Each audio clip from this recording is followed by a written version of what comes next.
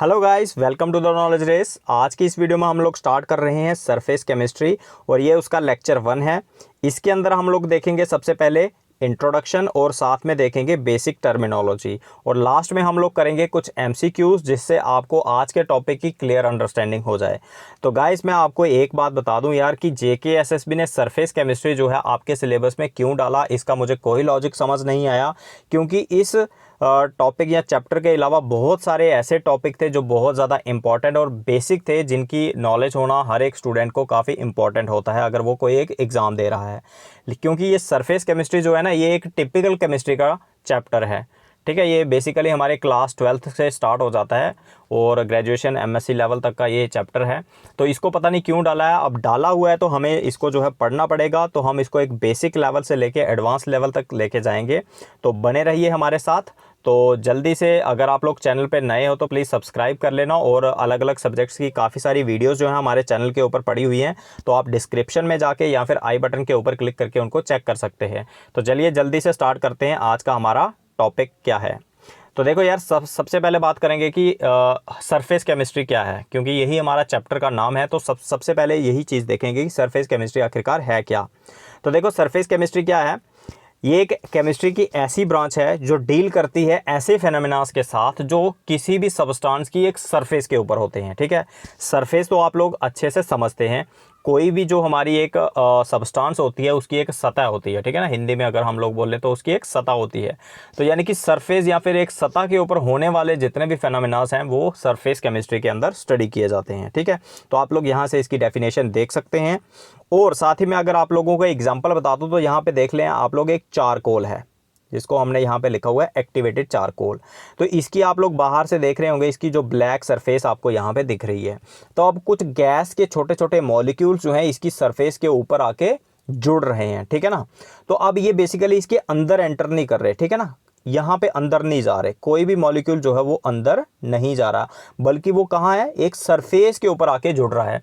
तो इसके बीच में यहाँ पे क्या हो रहा है, एक फेनोमेना हो रहा है। तो यही फेनोमेना जो है हमारा क्या है, एक सरफेस फेनोमेना है और इसको स्टडी कौन करती है, हमारी सरफेस केमिस्ट्री। तो अब यहाँ पे कुछ हमने इंपॉर्टेंट बातें जो है यहाँ पे लिखी हुई हैं विद एग्जाम्पल, तो वो देख लेते हैं। सबसे पहले बात आती है कि सरफेस क्या होती है। तो सरफेस क्या है, हमारी एक फिजिकल बाउंड्री होती है जो मतलब किसी भी एक लिक्विड या फिर सॉलिड की, जो क्या करती है, दो फेसेस को आपस में सेपरेट करती है। ठीक है ना, क्या करेगी, दो फेसेस को आपस में सेपरेट करेगी। फॉर एग्जांपल जैसे आप लोग यहाँ पे देख रहे हैं कि हमारे पास क्या है, ये चारकोल है एक। ठीक है ना, अब इसकी सरफेस है और उसके ऊपर क्या है, गैस के मॉलिक्यूल्स हैं। तो बीच में जो है एक सरफेस आ रही है हमारे पास। ठीक है ना, तो ये बेसिकली क्या कर रही है कि जो गैस का फेस जो है उसको सॉलिड के फेस से क्या कर रही है, ये सेपरेट कर रही है। ठीक है ना, एक गैस का फेस आ गया और एक सॉलिड का फेस आ गया। चारकोल क्या आ गया, सॉलिड, और गैस आ गई दूसरी हमारी। तो अब इन दोनों के बीच में एक क्या है, सरफेस है। बेसिकली तो दोनों की सरफेस होगी, लेकिन दोनों की सरफेस को मिला करके हम लोग एक सरफेस मान लेते हैं। तो वो सरफेस क्या कर रही है, इनको आपस में सेपरेट कर रही है। तो एक प्रकार की ये क्या हो गई, फिजिकल बाउंड्री हो गई। तो एग्जांपल्स की अगर हम लोग बात कर लें तो जैसे interfaces existing between two immiscible liquids, हमारे पास दो इमिसिबल लिक्विड्स हैं। अगर इमिसिबल लिक्विड्स ऐसे हो गए जो आपस में मिक्स नहीं होते, जैसे आपका ऑयल या फिर वाटर है। ठीक है ना, उनके बीच की जो सरफेस होगी, अब बेसिकली वो आपस में क्यों मिक्स नहीं होते, क्योंकि उनकी जो सरफेसेस हैं वो आपस में मिक्स नहीं हो पाते। ठीक है ना, तो इसलिए जो वाटर और जो ऑयल है हमारा हमेशा सेपरेटेड रहते हैं, क्योंकि उनकी जो सरफेस है आपस में मिक्स अप नहीं हो पाएगी, जिससे वो आपस में अलग अलग हमेशा बने रहेंगे। उसके बाद दूसरी बात आती है मेटल और कोई एक गैस है। ठीक है ना, जैसे एक प्लेटिनम है, उसके ऊपर हम लोग हाइड्रोजन गैस की एड्जॉर्प्शन करवाते हैं। ठीक है ना, तो उससे भी वो क्या रहेंगे, अलग अलग रहेंगे। और जैसे हमारे पास बात आती है कोई एक लिक्विड है और गैस है। ठीक है, तो उसके बीच में भी क्या हो सकती है, सरफेस हो सकती है कोई, जो उनको दोनों को सेपरेट रखेगी। आई होप गाइस कि आपको यहाँ तक समझ आया होगा। तो नेक्स्ट चलते हैं, हमारे पास बात आती है कुछ इंपॉर्टेंट टर्मिनोलॉजी की। तो सबसे पहले बात करेंगे हम लोग यहाँ पे एड्जॉर्प्शन। अब देखो यार, सबसे पहले बात करते हैं हम लोग एड्जॉर्प्शन की, लेकिन उससे पहले मैं आपको बता दूं एब्जॉर्प्शन भी होती है। आप लोगों ने सभी ने सुना होगा, एक क्या चीज़ होती है, एब्जॉर्प्शन। ठीक है, अब ये एब्जॉर्प्शन क्या है और एड्जॉर्प्शन क्या है, तो ये दोनों चीज़ों को हम लोग अलग अलग से देखेंगे। तो सबसे पहले देख लो एब्जॉर्प्शन क्या होती है। अब आप लोगों को पता है कि यार जब भी हम लोग किसी कपड़े के ऊपर, या फिर आप लोगों ने वो देखी होगी ना, फोम देखी होगी आप लोगों ने, फोम के बीच में क्या होता है, छोटे छोटे से पोर्स होते हैं, या फिर आपकी सॉइल होती है।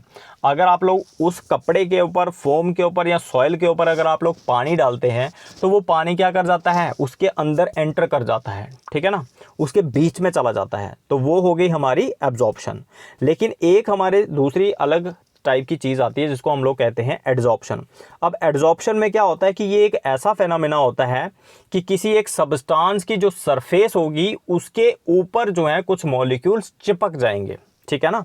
यहाँ पे अगर आप लोग डेफिनेशन भी देखेंगे तो आपको यहाँ से समझ आ जाएगा कि एड्जॉर्प्शन और एब्जॉर्प्शन में क्या फ़र्क है। एब्जॉर्प्शन में तो मैंने बोला कि कोई हमारे पास एक सब्सटेंस है तो उसके ऊपर हम लोग कोई दूसरा सब्सटेंस अगर डालेंगे तो वो उसके अंदर एंटर कर जाएगा, ठीक है, उसको एब्जॉर्प्शन बोला जाएगा, ठीक है। जब कोई चीज़ एक दूसरे सब्सटेंस के अंदर घुस जाएगी तो उसको एब्जॉर्प्शन बोलेंगे।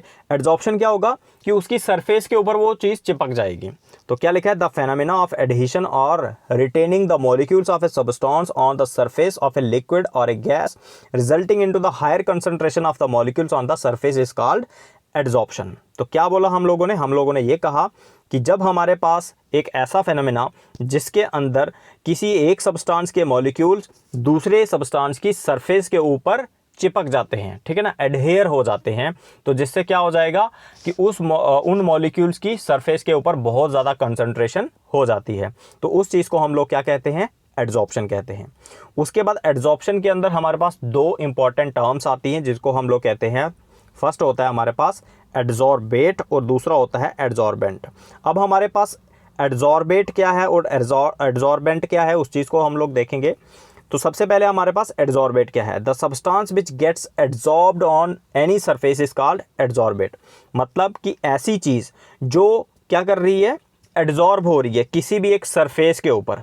जैसे मैंने आपको पीछे ये आपको दिखाई थी यहाँ पे ये डायग्राम, अगर आप लोग इसको देखेंगे तो यहाँ पे हमारे पास क्या है, कुछ गैस के मॉलिक्यूल हैं जो चिपक रहे हैं किसके ऊपर, एक्टिवेटेड चारकोल के ऊपर। तो इसका मतलब हमारे पास यहाँ पे एड्जॉर्बेट क्या हो गया, जो गैस है वो, क्योंकि गैस जो है वो चारकोल की सरफेस के ऊपर आके चिपक रही है। तो यही चीज़ यहाँ पे हमने लिखी है, the substance which adsorbed on any surface, ठीक है ना, कि एक सरफेस के ऊपर चिपकने वाले जो मॉलिक्यूल्स होंगे उनको हम लोग क्या कहेंगे, एड्जॉर्बेट कहेंगे।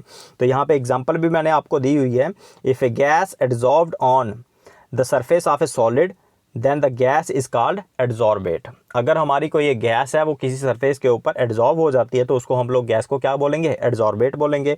अब एड्जॉर्बेंट क्या होगा, the surface on which adsorption take place. मतलब वो सब्सटेंस जिसके ऊपर एड्जॉर्प्शन हो रही है, मतलब वो चीज़ जिसके ऊपर आके गैस के मॉलिक्यूल चिपक रहे हैं, ठीक है ना। जैसे चारकोल क्या हो जाएगा हमारे पास, एड्जॉर्बेंट हो जाएगा, और गैस क्या हो जाएगी, एड्जॉर्बेट। जो मैंने आपको पीछे डायग्राम दिखाई थी आप उसको देख सकते हो वापस से। तो अब आपको समझ आ गया होगा कि एड्जॉर्बेट क्या होता है और एड्जॉर्बेंट क्या होता है, ठीक है। तो नेक्स्ट चलते हैं, हमारे पास आती है टाइप्स ऑफ एड्जॉर्प्शन, कि एड्जॉर्प्शन के टाइप्स क्या है। तो हमारे पास दो टाइप की एड्जॉर्प्शन होती है, एक होती है फिजिकल एड्जॉर्प्शन और दूसरी होती है केमिकल एड्जॉर्प्शन। अब देखो फिजिकल एड्जॉर्प्शन के अंदर क्या होता है कि हमारे पास कोई एक मतलब गैस है मान लो, ठीक है। अब वो गैस, यहाँ पे मैं आपको डायग्रामेटिकली समझा देता हूँ। जैसे हमारे पास ये कोई एक सरफेस है, ठीक है, कोई भी एक सॉलिड है उसकी सरफेस है, और ये हमारे पास कुछ गैस के मॉलिक्यूल हैं। अब ये गैस के मॉलिक्यूल क्या करेंगे, इस सरफेस के ऊपर आके चिपक जाएंगे by means of weak van der Waals forces, ठीक है। अब हमारे पास अलग अलग टाइप की केमिकल फोर्सेस होती हैं। केमिकल बॉन्ड्स आप लोगों ने जैसे नाम सुने होंगे, ठीक है ना, छोटी क्लासेस में तो आप लोगों ने सुना ही होगा कि chemical bonds, ionic bond, coordinate bond, उसके बाद कोवलेंट बॉन्ड, मेटालिक बॉन्ड, अलग अलग टाइप के हमारे पास बॉन्ड्स होते हैं। तो ऐसे ही हमारे पास आपने ये भी सुना होगा हाइड्रोजन बॉन्डिंग, ठीक है ना, वंडर वाल फोर्सेस। तो ये अलग अलग टाइप की फोर्सेस होती हैं जो मॉलिक्यूल्स के बीच में एग्जिस्ट करती हैं। तो फिजिकल एड्जॉर्प्शन में क्या होता है कि हमारे पास क्या होती है, कोई भी एक गैस होगी, उसके मॉलिक्यूल्स जो हैं वो किसी एक सॉलिड की सरफेस के ऊपर चिपक जाएंगे by means of weak van der Waals forces. तो ऐसी हम एड्जॉर्प्शन को क्या बोलेंगे, फिजिकल एड्जॉर्प्शन बोलेंगे। तो एग्जांपल के लिए यहाँ पे आपको बताया गया कि CO2 गैस जो है वो आके चिपक रही है किसके, चारकोल के ऊपर, ठीक है ना। तो ऐसी टाइप की जो एड्जॉर्प्शन होगी उसको फिजिकल एड्जॉर्प्शन बोला जाएगा। आप यहाँ पे पढ़ सकते हैं, यही चीज़ मैंने यहाँ पे लिखी हुई है। उसके बाद क्या है, नेक्स्ट है हमारे पास केमिकल एड्जॉर्प्शन। अब केमिकल एड्जॉर्प्शन में क्या होता है, हमने बोला फिजिकल में क्या होता है, हमारे पास क्या बनता है, basically weak van der Waals forces जो है वो एक्ट करती हैं।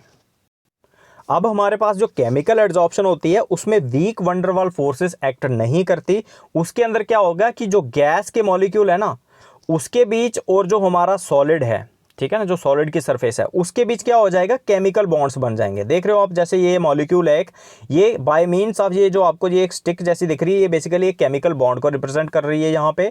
तो इसके थ्रू जो है इस सरफेस के साथ जो है जुड़ चुके हैं ये, ठीक है। यहाँ पे कोई भी वीक वंडरवाल फोर्सेस नहीं है बल्कि केमिकल बॉन्ड्स जो है बन चुकी हैं। तो यही चीज़ मैंने लिखी है, when A gas is held on the surface of a solid by force similar to those of chemical bond, the type of adsorption is called chemical adsorption। तो आई होप कि आपको यहाँ तक समझ आ गया होगा कि फिजिकल एडजॉर्प्शन में क्या होता है, कोई भी केमिकल बॉन्ड नहीं बनता बल्कि वीक वंडरवाल फोर्सेस होती हैं जिससे गैस के मॉलिक्यूल जो है हमारी किसी भी एक सॉलिड की सरफेस के ऊपर आके चिपक जाते हैं। उसके बाद केमिकल एडजॉर्प्शन होती है जिसमें क्या होता है कि कोई गैस के मॉलिक्यूल जो है वो bye means of chemical bond जो है किसी भी एक सरफेस की सॉलिड की सरफेस के ऊपर आके चिपक जाते हैं। तो वो हो गई हमारी केमिकल एडजॉर्प्शन। तो नेक्स्ट देखते हैं, हमारे पास आता है डिसॉर्प्शन। अब ये दो इंपॉर्टेंट टर्म्स हैं यहाँ पे, डिसॉर्प्शन और सॉर्प्शन। तो डिसॉर्प्शन क्या होती है, desorption is the reverse of adsorption. मतलब एडजॉर्प्शन का जो रिवर्स होगा, उल्टा जो होगा, उसको डिसॉर्प्शन बोला जाएगा। अब सबसे पहले बात आ गई कि एडजॉर्प्शन क्या होती, कि हमने बोला कि कोई गैस के मॉलिक्यूल हैं वो हमारी सॉलिड की सरफेस के ऊपर आके चिपक गए। तो अब वो जो गैस के मॉलिक्यूल जो हैं जब वो सॉलिड की सरफेस को छोड़ के चले जाएंगे तो उसको डिसॉर्प्शन बोला जाएगा, और कुछ नहीं है। Desorption is the reverse of adsorption which involves the removal of substance adsorbed from the surface। ठीक है ना। अब देखो कि सरफेस के ऊपर जो एक हमारे पास जो भी सब्सटेंस था वो एड्जॉर्ब था, अब जो वहाँ से रिमूव हो जाएगा उसको हम लोग क्या बोलेंगे, जैसे मैंने आपको बताया ना कि एक्टिविटी चारकोल है, उसके ऊपर आके गैस चिपक गई है। तो अब चारकोल से जब वो गैस हट जाएगी, रिमूव हो जाएगी, तो उसको क्या बोला जाएगा, डिसॉर्प्शन बोला जाएगा। The process of desorption can be carried out by. अब डिसऑर्प्शन को करने के लिए हमारे पास दो तरीके हैं, रिड्यूसिंग द प्रेशर, अगर हम लोग प्रेशर को रिड्यूस कर दें, या फिर हीटिंग से।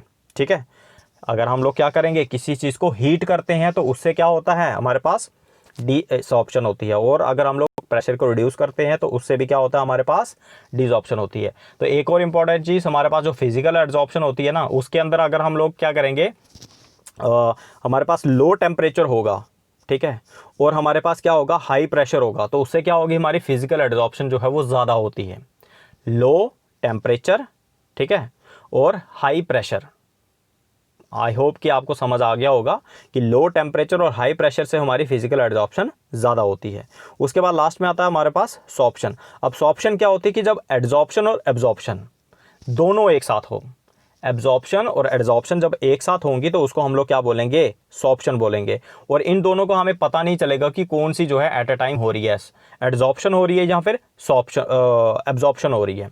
तो एब्जॉर्प्शन और एडसॉर्प्शन में आई होप कि आप लोगों को समझ आ गया होगा कि क्या चीज़ें होती हैं, और बेसिक टर्मिनोलॉजी जितनी भी मैंने आपको यहाँ तक बताई है वो भी आप लोगों को समझ आ गई होगी। तो अब हम लोग यहाँ पे 5 MCQs देखने वाले हैं, जिससे आपको थोड़ा इस आज के जो टॉपिक का है वो आइडिया हो जाएगा। तो सबसे पहले हमारा MCQ आता है, adsorption is a which kind of phenomena. तो ये बात आती है कि एडसॉर्प्शन जो है वो किस टाइप का फेनोमेना है, वो क्या एक बल्क फेनोमेना है या सरफेस फेनोमेना है या दोनों या फिर कोई भी नहीं।